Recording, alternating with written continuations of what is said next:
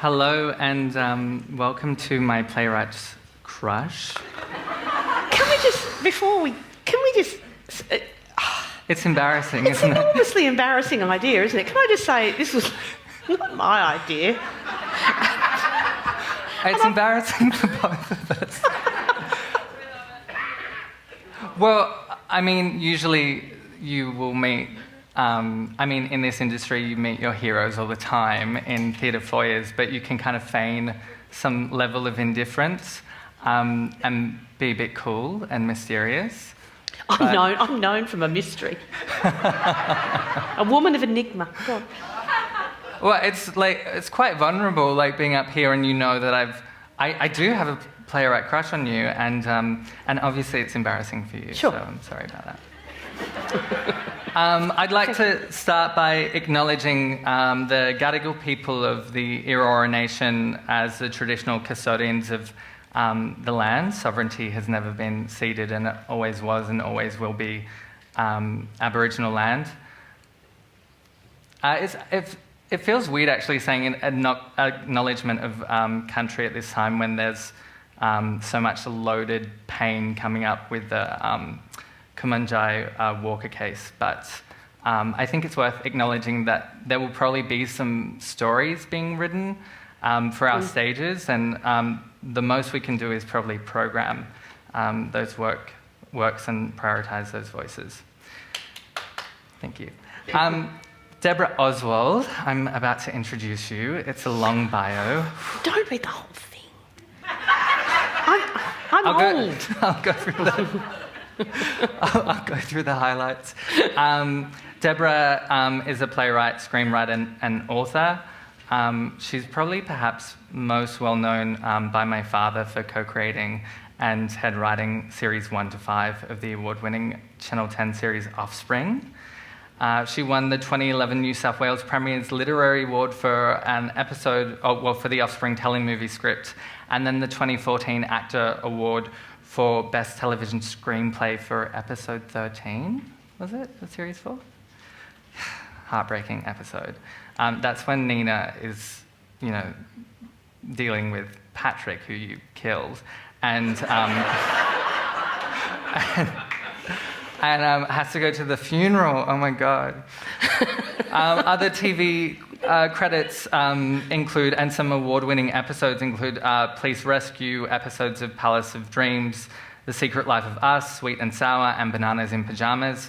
Her stage plays Gary's House, Sweet Road, and Peach Season all were shortlisted for the New South Wales Premier's Award. And Gary's House has been performed in translation in Denmark and Japan. I'm big among herring fishermen. Mr. Bailey's Minder broke the Griffin Theatre's box office record in 2004 and then toured nationally in 2006 and was produced in Philadelphia. You've written a load of plays for ATYP for young audiences, received the Premier's Award for Stories in the Dark, and you're the author of 3 Aussie Bites books for kids and 6 novels for teenagers. You wrote your first adult novel, Useful, in 2015, and then most recently, The Family Doctor, which is a galvanising look into domestic violence in Australia. And then you performed your one-woman show, What is Wrong with That Lady? Is there something wrong with that? Is there something wrong with that lady? Sorry. No, I was just asking the audience. Oh, sorry. What is wrong? What is wrong? To a sellout season last year. This is good that he's reminding me. I'm old, so this is a good reminder, Yeah, good. Do yourself now. Oh, God. Do myself. Yeah, go on. Jesus, Deborah. I studied Master of Writing for Performance at VCA. I recently had my main stage debut, Green Park, at Griffin Theatre, directed by Declan Green, and then it had a return season at Sydney Festival. I presented works before that at Cybic Electric, MTC, Red Stitch Theatre, ATYP, Periscope Productions, and Apocalypse Theatre, and been shortlisted many, many times. My name's Elias Jameson Brown. I don't think I mentioned that. Okay, so it's called My Playwright Crush. Just let me turn away while you say that. Yeah, go on. Yeah, turn away. And I nominated you to speak to because I think you are one of the most omniscient figures in cultural storytelling for my generation, which I know when we had coffee you said there's a lot of playwrights who go on to write books and to write in film, but to reach so many corners, to reach so many audiences of different age groups. And for me personally, it was Bananas and Pyjamas at the beginning. And then Dags when I was doing high school. I think I read for Derek. And then Offspring was kind of like, for me and my friends, was like an initiation into what our adulthood world might look like through high school. So you've been there the whole time. That was my plan. I thought, I know what year he's born. It feels like it's like the Truman Show. You're like the man in the moon. But I wanted to ask because, okay, so you are incredibly good at reaching audiences and having them really care about your worlds that you create.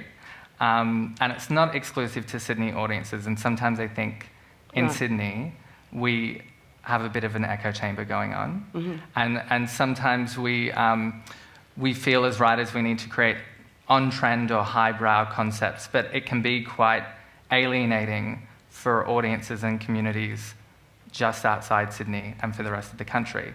But your works like Dags and Peach Season and Mr. Bailey's Minder, they go on every year in amateur theatre societies and schools.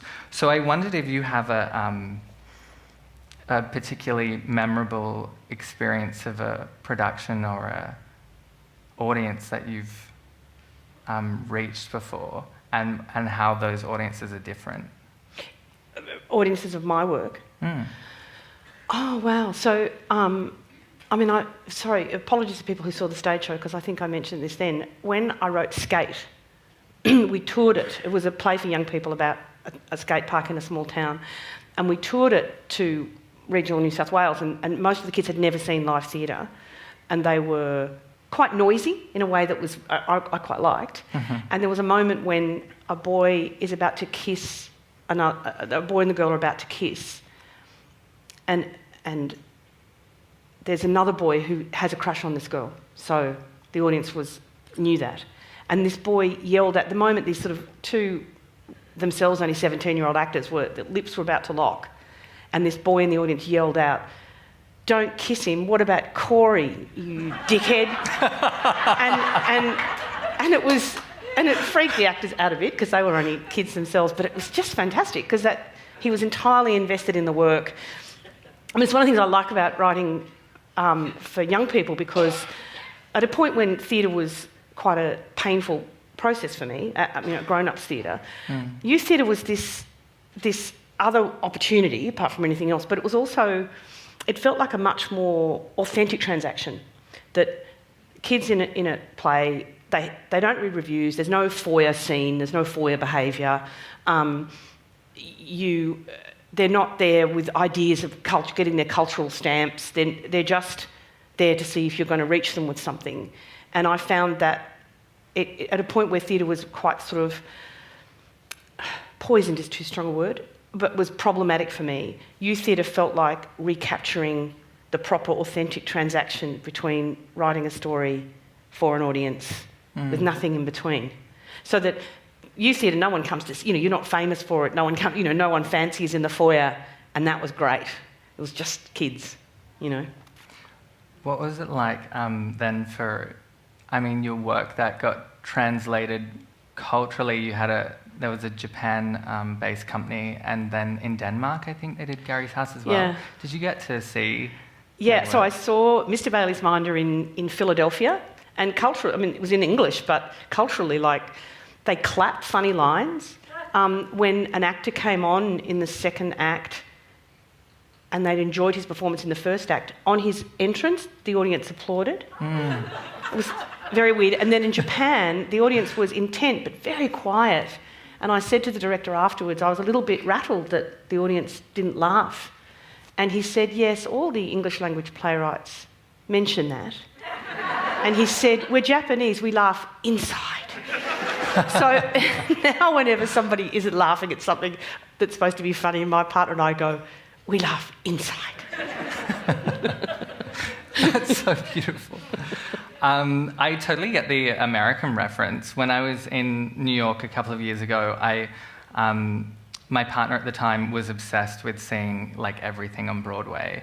And I had kind of taken a strong line of not being a particularly musical person. I'm not so fond of musicals sometimes, which I think is unfair, actually. When I look back at that, I think I was just ignorant. But we went and saw The Colour Purple, and it was exactly what you describe. It was pretty much all people of colour, majority people of colour in the audience, and they were like fully getting revved up. Like it was like we were at a festival or something, to the point that the actors would break character to talk to the audience, or they would come back and do another ballad or something. And I thought, I was like, that's what musical theatre should be. That's probably what we've missed out on sometimes, the fact that the audience are alive and maybe allowed to respond to our work. So when Green Park was on, and I don't know, I didn't get to see it because it was sold out. Did you loiter in the park and watch people watching your show? Yeah. Yeah. Yeah, it was amazing. We had two actors with binaural headphones, with microphones, and the audience wore binaural headphones. So you could sit in the park, and it looked kind of more like a silent disco, maybe. The audience were more obvious than the performers.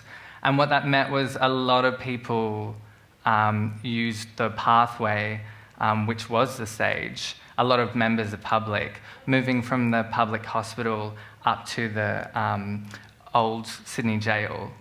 And they would sometimes interact with the performers and become implicit in the performance without realising. It was so much fun. It was fun for Steve Lumakan, Slem, who just loves going off script. And revving people up. And there's a lot of people in that park who are homeless and down and out, but who are also quite social creatures, and they would get involved in the play. And that was really magical because the play was so much about the park, and they were there and allowed to participate. And we did give them headphones if they wanted them, so they could listen in as well. That's great. Yeah. We mentioned the other day, Elias reminded me of a story. We were talking about a Q&A after Mr. Bailey's Minder, and the fabulous Victoria Longley was asked about how she managed to cry on stage every night. And she talked about all the techniques that she would use to cry. And she said, and if all those fail me, I feel quite emotional when I'm even describing this, when all those fail me, I look out and I'll see someone in the audience who is emotionally where my character is. And the Griffin, you can do that, of course. And I pull the emotion from them and I have it. And I just thought, wow, that's what theatre does, that you're all in the room together, having the ritual together. And that's the good bit. Yeah, totally. I mean, it's like we're having the same conversation again, but that's like, there is something molecular about theatre. There's something like quite magical and superstitious for me about it. That idea that a performer can be on stage and say like one word in a particular way, and then 15 rows back, someone's heart just like snaps, and you feel it. You feel like this ripple effect move over the audience, and it's like when it's working, when it's good. Oh God, we've all been there when it's not working, and we're thinking, well, that actor is having a really emotional time. Yes. But do you find writing at all? Are you superstitious in any way around the process of writing, how ideas come to you, or what happens when you put something out into the world? I try to be very. I try to be the opposite of superstitious. Mm-hmm. I try to treat it in this very not mechanical. It's not the right word. but to keep that at bay, I do think there's a sense when you're writing that if you've got a problem with a bit of story, that your front brain is struggling with it, but your subconscious can be solving it. And there's all sorts of neuroscience that says that's actually what is going on. So sometimes you have to kind of have some sort of pretend activity like file cards on the table or a walk to give your subconscious time to solve it for you. So, and I honour that process. Like I honour the idea that the muses won't come to your aid unless you work. So I don't, not that I actually believe in the muses, but I believe that there are processes that it's hard to access consciously, but you don't access them at all if you're not working hard. Sometimes you have to work hard at something in quite a mechanical way, and then the muses will respect the fact that you're doing that and help you. At my worst, at my most self-loathing, I have a fear that if it's an idea I come up with, it's fundamentally wrong. It's fundamentally off the pace, because I've written so many things that haven't happened or have taken so many years to happen that I think, by definition, if it's an idea that I'm drawn to and excited by, I should assume it's wrong. And as you can imagine, this is not a particularly easy way to work. And so I'm constantly having to fight that off. So that's a kind of superstition, isn't it? Definitely. Yeah. Yeah, absolutely. A really handy one. Yeah. How do you go then with, Richard Glover is your partner, and obviously you're both prolific writers, and doubt is obviously, and that, kind of monster of doubt is part of being a writer, because if it doesn't happen, it's, your fault, you're the vessel kind of thing. You two must pep each other up all the time, and are there things that you've learnt from each other to make yourselves stronger writers? Look, the main thing is just support, and he'll listen to me talk, and we'll walk the dog, and I'll talk about a problem, and he'll just grunt, and then at the end of it I'll say, "Oh, I've solved it. That's great. Thanks so much for your help." and he'll listen to me, and although sometimes if I've written something and it's failed, I blame him. That's really good. Oh my God, that's so toxic. I know, but there's I offer other nice things to him. Oh my God, definitely. No, I do that as well. I often Do you share? Do you get your partner to read drafts? Actually, one thing I really like about my partner is that we actually don't talk about theatre that much with each other, which is bizarre. Previously in all of my relationships, it's all we ever talk about. But I think we kind of made it a bit of a rule in our relationship that there were other things to talk about to make us feel like more wholesome and rounded people. Well, because when you're young, you can He's both. young. He's very young. Well, we can both, talk ourselves into a bit of a hole. Sure. Because we don't necessarily have the stability there yet to kind of reinforce the worldview that we might be any good at what we're doing. But the bad news is, I'm here to tell you, that never changes. Yeah, no, I am realising. And it is astonishing to me that it never changes. Maybe there's a few people out there who have their confidence solidifies as they get older, but I don't know any. Yeah. So in a way, and now I'm going to sound Pollyannish, in a way, you should think, oh, well, that's okay then. I need to find techniques for dealing with that. That I can, because I'm going to need them for a lot of years. Totally. Yeah. I wanted to go back to an audience question just briefly, because I listened to a podcast of your Sydney Writers' Festival talk. It was Jacqueline Malley? Oh, Jacqueline Malley, yeah. Yeah, and she was, and so Deborah was there talking about The Family Doctor, which is this your most recent book that you've put out into the world. And she said you started with theatre, and that was your first audience, and then TV gave you this much bigger audience, but not necessarily the same creative control. And now you're in books. And I mean, you've done books for a long time for young people. But you said, it's in a way it's taken the place of theatre in terms of the creative satisfaction that it gives you.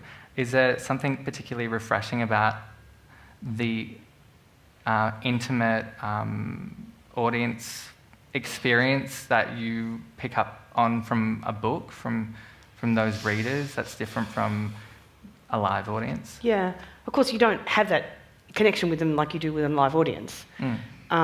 And you just have to trust that it's happening. So when I'm writing a book, well, I was going to say when I'm writing a book, but this isn't the same as when I'm writing anything. I'm imagining the person that it's going to land, whose head it's going to land in, whether it's on screen or in a theatre or on the page. And I try to imagine what they're feeling and what they might be guessing is going to happen and what they might think about this character or that event. So, and that's kind of intimate, but it's not real because it's me in my room alone. I mean, I can't. I mean, people come up and talk to you about a book and talk about a moment in the book. That's great, but that's different. Yeah. There's nothing like the experience in a theatre, and that's the best thing about theatre. That's not the only argument, but that's the main. That's the main argument to write theatre, because you have that immediate connection in a way that you just don't. So a book doesn't give you that, but what a book gives you is the chance to be precise, to tell the story in the way you think it might be told without being answerable to anybody, and without an actor saying, my character wouldn't say that line, and without them casting somebody who's not right. You just have control, but within the limits of your ability, because I mean, you would know this with plays. There's the play you imagine, and then there's the thing you write, and then there's a gap, isn't there? That's heartbreaking because you haven't written what you hoped you would write. Totally. And so I still have that with books. I try to be precise, but I fail because I'm imperfect. I shocked you all. But then it's lonely. It's lonely. You know, with television you get the fun of making it with other people, and with theatre you get the fun of being in the room when other people are engaging with it. And so I'm lonely. Well, I mean, these people love you, Deborah. Right? Be my friends. There was something... I'm sticking on The Family Doctor for a little bit, but then we'll go back to plays. But there was something that you wrote in the Sydney Morning Herald that I lolled at. You said, while I was writing, my partner sometimes asked about my internet search history. My inquiries included, what is the best way to strangle a person? And what is a lethal dose of hydromorphone? And I laughed because I honestly think we must all be on a watch list somewhere, right? Yeah. But, you started with an Olivetti typewriter when you were 11, and you can't pull Google tabs up on that to do your research. No. So I'm curious about, with all of these different universes, are you a field researcher? Do you go out and talk to people? I mean, it's my favourite thing to be able to do that. So, I have a TAFE certificate in asbestos removal. Because for a book, and I can only do non-friable. And for peach season, I rang up this peach farmer and I said, hello, can I come and hang out on your peach farm? And he went, all right. And I wandered around his peach farm with him for 2 days, and he said to me at one point, you're really interested in peach farming, aren't you? And people love you. People are narcissists, so they love you being interested in them. Yeah. So, and for skate, Tim Jones and I spent 2 weeks in Deniliquin kind of hanging around the skate park with pizza and to offer to skateboarders so they would talk to us. It's fantastic. If you're a natural sticky beak, and I think most playwrights are, to get to do field research is just fantastic. Definitely.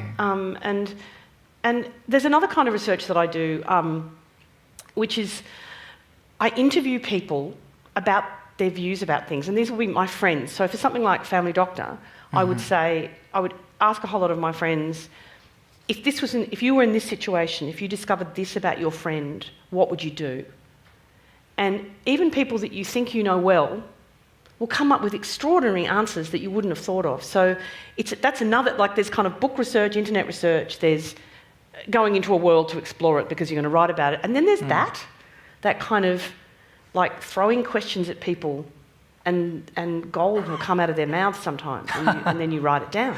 Yeah, you're stealing the ideas. Yeah. It's like you said this about bananas in pyjamas in your one-woman show about locking your boys in the car and just driving them around until they came up with a couple of episodes ideas. They're fine. I thought that was really an adorable story. I enjoy like the research too. Not so much for Green Park. I feel like just living it, just like going on Grindr was my research, but that was also my pastime. And you get it off tax? Yeah, I can claim it on tax.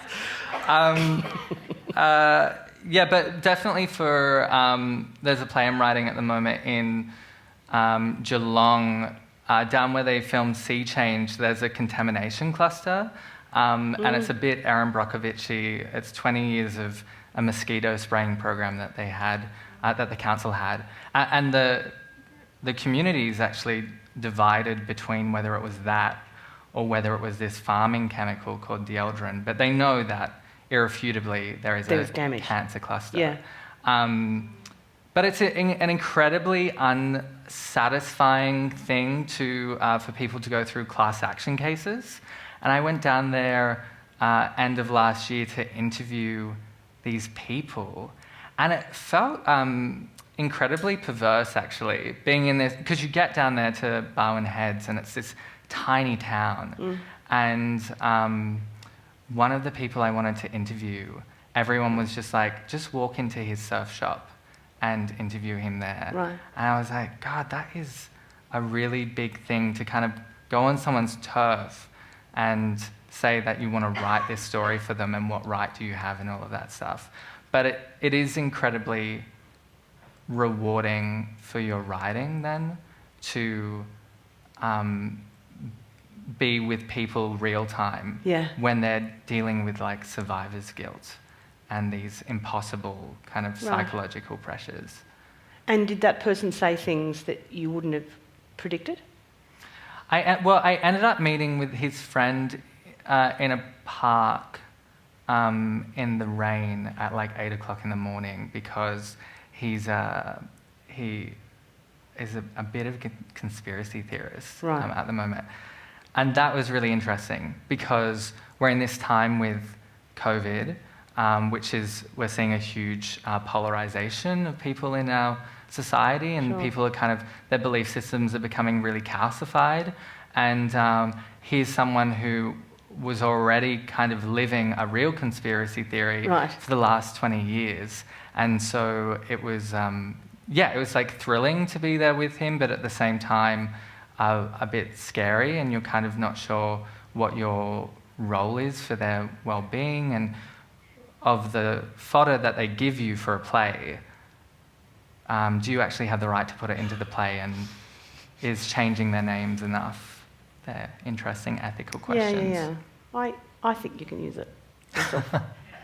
Well, yeah, I mean, how do you feel? Often writers get accused, but I mean, my friends will often be like, I've got a great story for you. And then they'll be like, but you're not allowed to write it.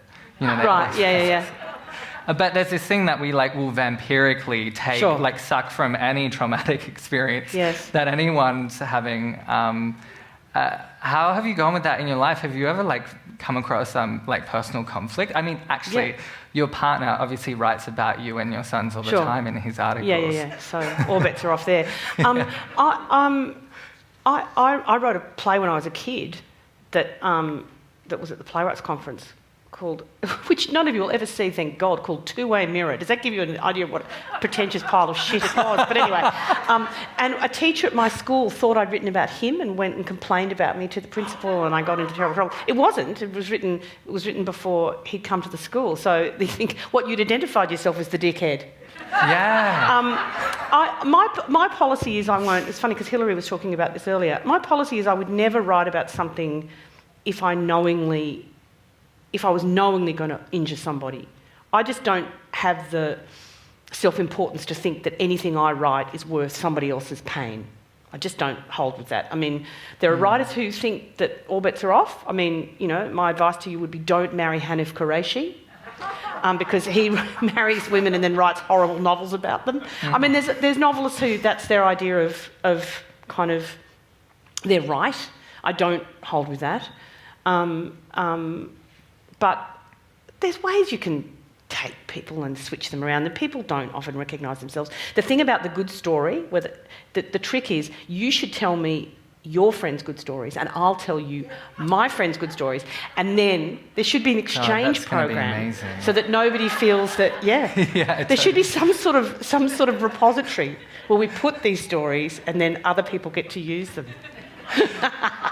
Yeah, I mean, that does happen. I have based work on real things before, on people's kind of word-of-mouth stories, and have been in a situation before where I'm like, oh my God, that person in the audience, this is their story. And did they recognise themselves? No, thank God. Yeah. Oh my God, that would. When Mr. Ballymena was on, people would come up to me and say, Mr. Ballymena, one of the main characters, is a famous painter, and quite a few people would come up to me in the foyer afterwards and say, is it John Percival? Is it this person? Is it that person? Yeah. And it was kind of good because there were several artists that everyone thought it was, so I thought, I'm safe. No one needs to know. I thought like Leah Bailey has to be based on someone, or you know, maybe a hybrid of characters, but maybe someone, because he seems like so vivid, and he is kind of the most muscular character moving through that piece, and it feels like if there's a message in that story or something that you want to change in the audience, it probably lies in him, because he's so complex and so catatonic and so regretful. Not that you have to name the person, but do you feel like it was based on someone? Do you know, this is kind of interesting because it was. I wrote a letter to Richard when I was 20, and I said, I've got this idea for a play based on your father. His father was a terrible alcoholic, and I set out this whole play about a man and his adult children who he's damaged, and about the concept of can you forgive people and so forth. And I think I was doing King Lear at university, so I was full of myself, and I wrote that letter in 1980, you know, a long time ago. And then some years later, a friend of mine became the carer for a famous painter who I will not name. And it's that classic thing that there's stuff in your notebook like that. I mean, I when I read that letter, I was shocked. I did not realise I'd had the idea all those years ago. But then the story of my friend being the carer for the painter clipped together with Richard's father, and there was a story. So, I mean, my advice to you as a young writer is write it all in books, even if it doesn't have anywhere to live yet. Later on, and if you think there's nowhere for it to go, later on something will click with it and you'll have a story. Totally, yeah. I mean, I do have like so many like sticky post-it notes on my computer with like just these one-line ideas, and I'll go back to them and be like, the red cat? What the fuck am I talking about? Can I recommend? But no, you're right. Can I need to recommend elaborate. bound notebooks? Yeah. I'm worried. I'll come to your house. Oh, good.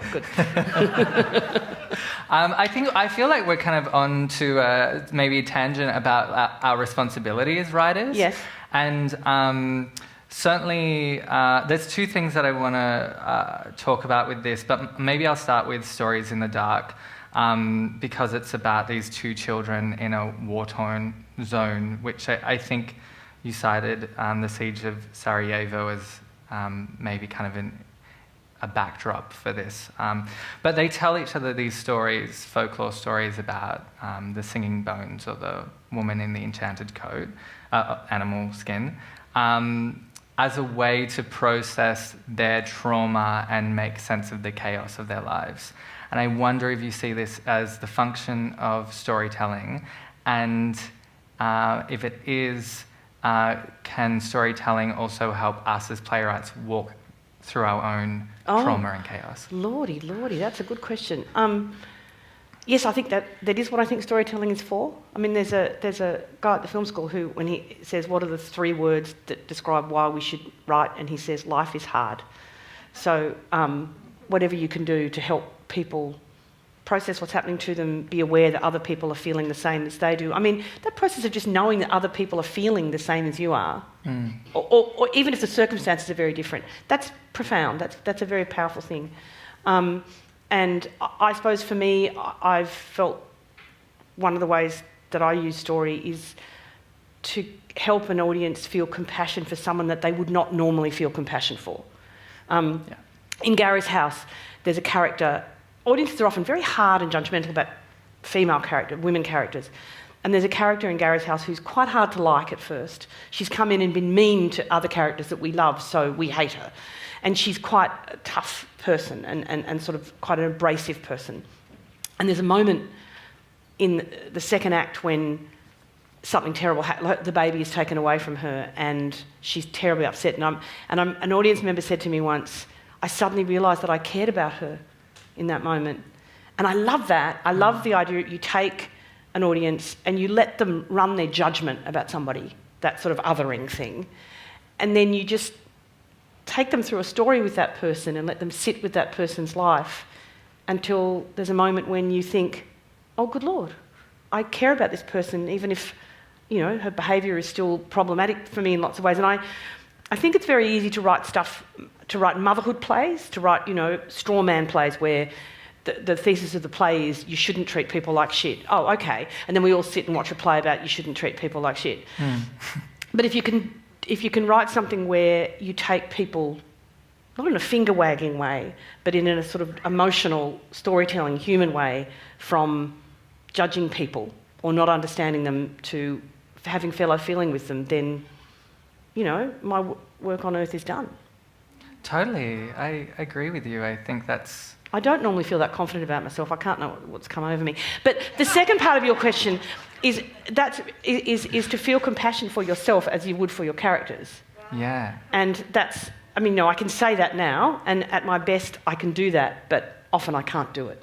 So, when you're being self-loathing and whatever, to regard yourself as a character who, if they were feeling that, what would you say to them? Totally.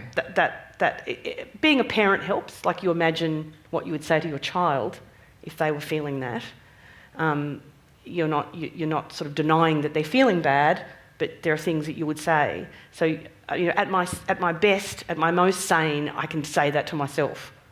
So, the thing I want to say to you is, writing careers are long. We hope. We hope. Well, no, sorry, that's career's the wrong word to use. Writing lives are long. Creative lives are long. And the career aspect of it can go off the rails and is so out of your control. So it's about finding ways to keep your creative confidence and your creative flow happening in a way that is not entirely at the mercy of what's happening to you, whether people are praising you or rejecting you or ignoring you, and to find ways to kind of always have a love project that's going, that's you writing and keeping that part of yourself sort of juiced up. That's the challenge. It is a challenge because, you said this, and I think I remember when I was at VCA, Melissa Reeves came in to speak to us, who I love, and she was saying, she was on the phone to a family member, and they were like, can't you just write for the joy of it? Do you need an audience? Oh, fuck that. She's like, I definitely need an audience. No, but you have to write. You have to write to keep the writing muscles going. Of course. And to remind yourself that you're a writer separate to what the world says about you. And that's, I can say that. That's easy to say, and it very rarely feels that way. But that's the goal. Hey, do you read reviews then? Just talking about what the world says about you. Yeah. Torture. In Sydney, there's so few reviews that it's not a problem. And on Twitter, like Offspring, there used to be a lot of Twitter traffic on Offspring, which was fun. with novels, there's this just pernicious website called Goodreads, which is all kinds of people just telling you what's wrong with your book. And one should never look at it. Can I just say that? And I look at it all the time. And anyway, it's mad. Oh my God. Yeah, I mean, I actually really like theatre reviews. I like theatre criticism. So you read them? I read them, and I read them for other people's work, not just my own. And sometimes you, like, a bad critic can come off as a bully and have a real ego about them. Sure. And you can tell in the way that they have received the work, Yes. that they're trying to make it something else, and they're almost getting off on how many ways they can say Or it's using it as an bad. example to make a general point Exactly. at the expense of that work. Yeah, but there are a lot of, I think, reviewers out there who are who we have to thank for having an archive of our work, because when someone sees your work and they really kind of get it, and I'm talking about like people like Alison Croggan or Cassie Tung, people who really think deeply about their responsibility. Or John McCullum, who's somewhere. Yeah, I mean, I mean, there are so many amazing critics between Sydney and Melbourne.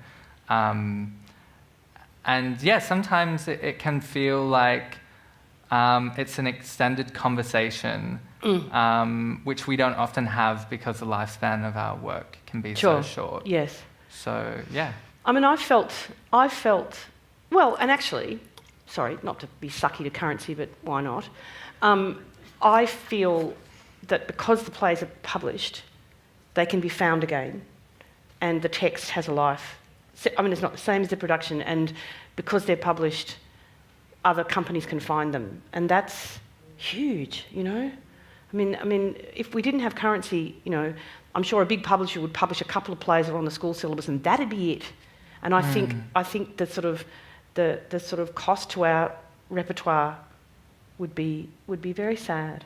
I've felt more bad. I've never felt particularly battered by reviewers. I've sort of been quite lucky, I think, generally with reviewers. I felt more battered by the people at theatre companies. That's been the source of pain for me. The people who do the choosing. I might just... or not even the people who do the choosing, the people who are employed to run interference so that you don't bother the people who do the choosing. Yeah. I'm going to go straight to like what was going to be my last question, but how are we going for time? Oh, yeah. Okay, cool. Just because you brought it up. I was thinking about Kate Mulvaney's speech years ago at her, well, not years ago, I think it was like 2016 or something, at the Philip Parsons Memorial Lecture, Act Well Your Part. Right. And I thought about it because you got a name drop in it. Oh. So basically she got up and she was talking about how she discovered that her Others inbox was full of all sorts of messages from young people who were trying to get into the industry and they didn't know how. And she said, it broke my heart because I didn't have an answer for them. But I was filled with fear that whoever this girl was, there was one in particular, she could well be the next Carol Churchill, Deborah Oswald, or young Jean Lee, and we might miss out on what she has to say. And I think it was called Act Well Your Part because she was speaking to arts leaders and arts theatre companies, compelling them to keep the door open and send the elevator down. And I wondered if you could, maybe if you feel comfortable, speak to that experience of what you think could change constructively given your 35 years in the industry. I don't know. I haven't been involved in the theatre for so long now. I don't feel qualified to kind of comment. And also, the problem is there are so few Australian plays go on. However you slice that cake, it's not big enough. So if you do revivals or you let late career playwrights get on, that's going to come at the expense of new playwrights and people from other communities. So I don't know. I mean, it's not like I would say you should do all these other plays because that automatically means you're not going to do all these other plays. I do think there. I mean, we talked the other day about I do think there should be, and this is a minor point, but I do think there should be a change in the etiquette of theatre companies. That there seems to be this idea out there that it's okay not to respond to people. And I mean, and it's like, oh, we're all terribly busy. And it's like, baby, come to a TV production office. I'll show you people who are busy. I mean, you know, when you've worked in publishing and TV and theatre, and I've experienced the different cultures, and I'm not saying that publishing and TV are, you know, paradise. There's certainly not. And there's all kinds of ways writers are mistreated there. But people respond to you in the end. And in theatre, there's this idea that you can send emails, even if you're someone like me who's got a track record and has had plays on, and people just don't respond. And that's okay in theatre. And I think that it shouldn't be, and it should be shameful. And I think, you know, people go into work in theatre companies and they accept that that's the culture there, so they, you know, they've got permission to be that rude to people, and it's terrible. I mean, that's not answering your question about how do we what plays should get through the system. I mean, the other problem in Australia is that because we have a subscription system, it's like you've said, it's like going to a publisher and saying, I liked some of your books last year, so I'm going to give you $300, give me my books for the year. It's a very weird system, isn't it? I mean, there isn't a proper, we don't have a commercial, I think it would be great if we had a commercial sector so that a play could be successful in a small venue and go on to a bigger audience and then make room in that smaller venue for another new writer. Like, I think, you know, I'm asking for a different theatre world that's not going to happen, but a bit of better manners would be nice. It's very... Yeah, because you're talking to a salary paid worker, of which we are not. Yes. And that comes with a certain level of responsibility. And you know that if you're getting a salary and you took that job on, yeah, it's hard. Like, of course it's hard. But yeah, you are going in knowing that it's going to be a hard job and that a lot of people will want to talk to you. And an email, a reply could be helpful. I mean, that's been the thing that's probably sucked the life force out of my body more, waiting and people not replying and assuming that that's a mark of how much they value you. And it's not, you know, it's... but that's tough. And I worry about the love of novelty, meaning that new writers get picked up and they're the flavour of the month for a while, and then they've done their time. That bus is gone now. I worry about that. I worry about young writers being chewed up and spat out. It's weird because you're obviously only going to be getting better. Yeah. And even commercially it doesn't make sense because you're only going to be growing your audience more and more. So I don't get it either sometimes. But you did actually, and actually maybe if we've got time, we might throw to questions for 5-10 minutes before. Oh, yeah, cool. So if you've got any questions, definitely get ready. But I think you suggested something on Twitter, because I stalked your Twitter, about... Love it, I love having it. You know, just in the face of the pandemic, I think you suggested or retweeted a suggestion that maybe the industry should prioritise new Australian, old and new Australian stories just for the next 2 years. And I thought, hey, that would be really cool to focus on artists at home just because of the pandemic. I thought that was a cool solution. We might have audience questions if anyone's interested in asking you one. They might not be. No one's interested in asking a question. No?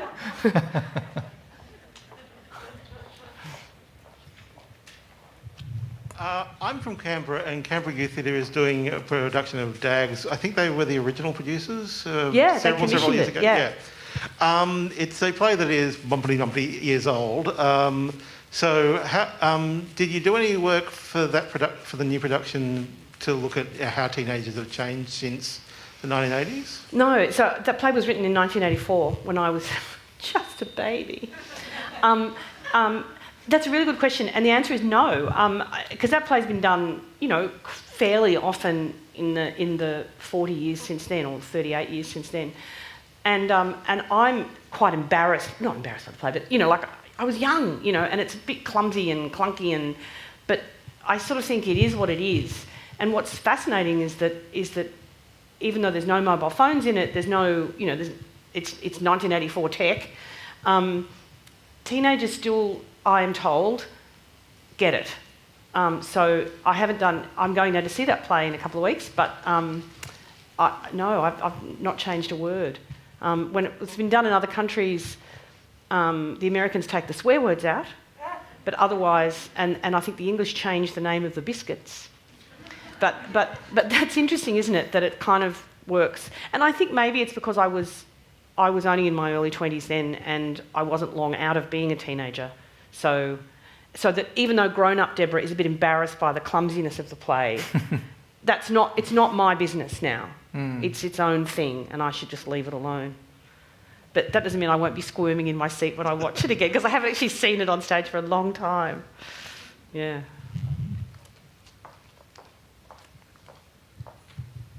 Thank you. Very interesting discussion. When you're writing, obviously, for a continual series like Offspring and you're doing lots of episodes, I can understand you'd have a theme that you had to follow. If you're writing an occasional episode for some other series, how much can you input your own ideas? Obviously, something that is just one episode and that's the end of that story, it probably wouldn't matter. But where there's a character that's continual, how much can you use of your own ideas and how much do you have to take account of what other people have written? All right, good question, and that's something that lots of writers deal with. I don't write episodes of other people's shows anymore because I'm too afraid of being sacked. You're getting a sense of the low self-esteem. If you're just coming in as a hired hand to write an episode, it is your job to try and enter into the tone of the show, the characters of the show, and do your best. And you might throw story ideas in. I brainstorm on other people's shows now just at a kind of helping out way. And that's great fun because they've created this world and they're developing their own characters. And so you just sort of chuck in ideas, no responsibility, just if this is useful, use it, great. When you're writing an episode, you have to try very hard to get the tone of the show, and it's hard to do. You know, each show has its own kind of physiology, and a good writer cannot be right for a show. So on Offspring, I was very lucky that there were two guys who came and worked on the show right from the beginning who were incredibly talented, and Jonathan Gavin, some people might know, and great fun to work with, and they had different strengths. We all had different strengths, but they were in the pocket for the show. And there were other writers, good writers, who just floundered on it. So, and why should they be able to write characters that they didn't create and a tone that they didn't establish? So, it's the tricky part about television, but it can be good fun, you know, when it works, to enter into, something like Police Rescue. That was great fun, you know, to write action and kill people and fabulous, you know. We've probably got time for 2 more questions. Hi there, my name is Sienna. I'm a young writer and I have a question that I feel like you've gone through a similar thing, even now maybe. When I'm writing, I get this sense that I'm running out of time to produce things, which is ridiculous. I'm 20. Yes. And I know that, but have you experienced this? And if so, how have you sort of moved past that? I've probably got it in a different way, in that for me it's about life expectancy. So that's why I won't ever develop anything for the ABC anymore. I simply don't have the life expectancy. Look, I absolutely get what you're saying. I feel that all the time, and of course it's nonsense. And I mean, I've written things where, like Gary's House, I wrote the first act, thought I've written myself into a dead end. I've killed the main character. What am I going to do? It's a dud. And I put it away in a drawer, and a year later I got it out again and finished it. So, you know, nothing is wasted. Like, and even if you start something, and there's a point where you think you've misjudged it, it's wrong, there will be, you can use its organs and donate them to another work later. So everything is valuable, or there'll be a character you can pluck out and use again. So, you know, hopefully nothing's wasted. Yeah. Thank you. There's all the different ways It we can makes shame sense. and humiliate ourselves, and that's one of them. Yeah. Elias and Deborah, this has been such a beautiful conversation. Thank you so much. I have a question about moving across fiction writing and then screen and then theatre. Do you find at the moment, like when stories come to you, that you're open to them finding their form across those mediums, or do they come to you and you think that's a cinematic idea or that's such a theatrical idea, or are you more fluid in as it comes out? That's a good question. Some things seem to me television, because I love the really fun thing in television is being able to take characters beyond one story. You know, in a rom-com, people run towards each other in a transport hub, and that's the end of the story. And in reality, of course, it's not. And what I love about television is that you can then do what happens next, which is a bit more like life. And a novel or a play is, you know, it finishes. So some things really feel like they want to be television. But I'm also kind of ruthless in the sense that I will go where I think I can sell it. So The Family Doctor, which is the novel that Elias referred to, is... I wrote it as a novel because I just wanted to tell the story without interference and get it down there. I think it would make great television. That can happen later. But I wouldn't write it as television initially because I know there would be too much interference and problems. And sometimes I think I can do something in any form. But you're starting to work in television now. Does an idea come to you and you think it's a play or you think it's television? Yeah, definitely. You have a dream of what you want it to be and the audience that you want to reach. But I am starting to see the industry through those eyes as well. When you're young, you kind of feel like you're intuiting everything and you'll kind of just instinctually find your way with projects. And I am kind of realizing that it is, at the end of the day, you and a piece of paper, and you can make it do what you want, and you can make it do what you want to get it in the right place. And if it needs to be 60 pages, you'll make it 60 pages.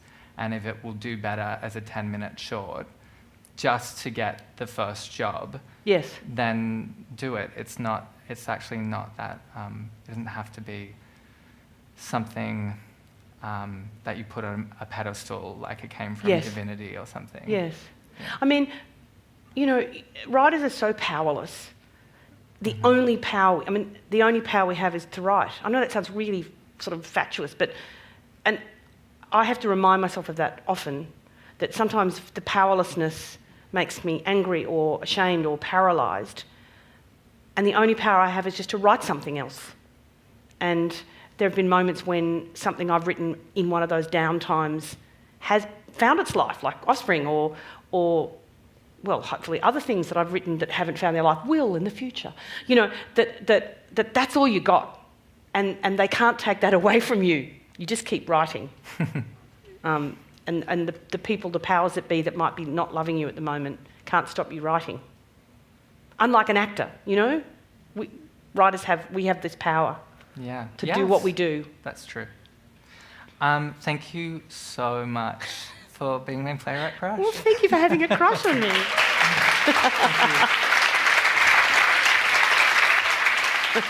There we go. Yeah.